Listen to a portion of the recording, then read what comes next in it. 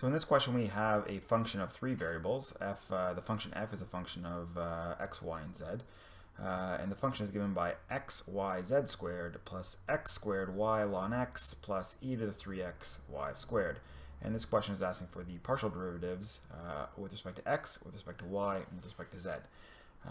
So, as always, the technique for calculating partial derivatives is if I'm interested in the partial derivative with respect to x, I assume that all of the other variables in the function are just constant numbers. So y and z are just constant numbers. And then I just do my regular derivative of f with respect to x, and the same for y and the same for z. So let's get started. The partial derivative of f with respect to x is equal to, well, I'm going to assume every y and every z in this function is now just a number. It's just maybe 10 or 5 or whatever number I would like it to be. So essentially, if you look at the first term, what you see here is x times two other numbers. And if I take the derivative of that with respect to x, what I would get would be y z squared.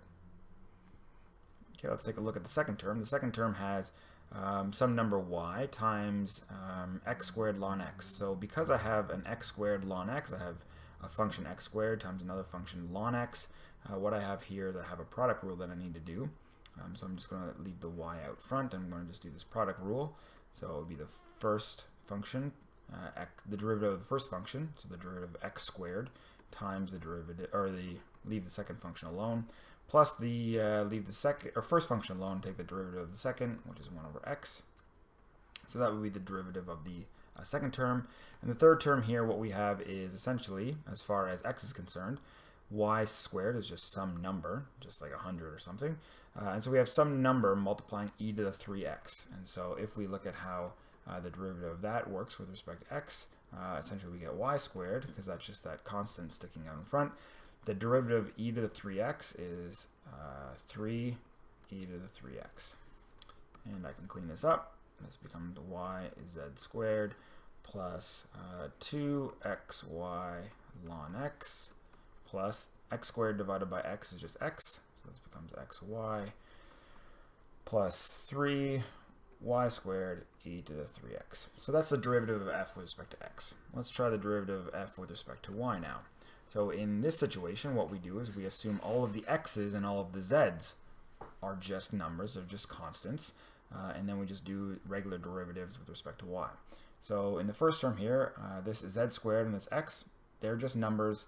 So essentially we have one giant number multiplying the function y, and the derivative of that with respect to y is just that giant constant that's sitting out in front. So that becomes xy squared plus, let's take a look at this second term. This second term is the same kind of idea. We have a function we have two functions that involve x multiplying y. As far as y is concerned, these two functions involving x they're just numbers. So we have some giant number times y again. The derivative of some number times y is just that number. So it's x squared ln x. And then finally, we take the derivative of this third term with respect to y. The first part here is just a function of x. So as far as y is concerned, this is just a big fat number. And so some number times y squared is that some number. The derivative is that some number again times the derivative of the y squared with respect to y, which becomes 2y. And then if we clean that up a little bit, we get xy squared plus x squared ln x plus 2 e to the 3x, and maybe I'll put the y there. And finally, let's do this partial derivative of f with respect to z. So in the first term, as far as z is concerned, the x's and y's are just numbers. So you can imagine these x's may be 5 and y's may be 10.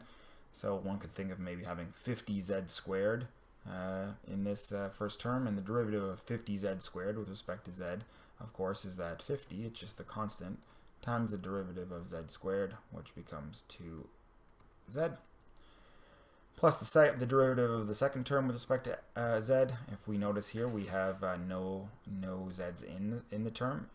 As far as z is concerned, this is one giant number. So the derivative of a constant with respect to z is just 0. This is just, as far as z is concerned, one giant constant because there are no z's in there.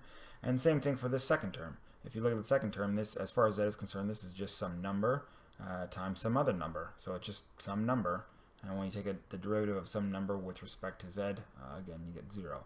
And so at the end of the day, the partial derivative of f with respect to z is just 2x, y, z.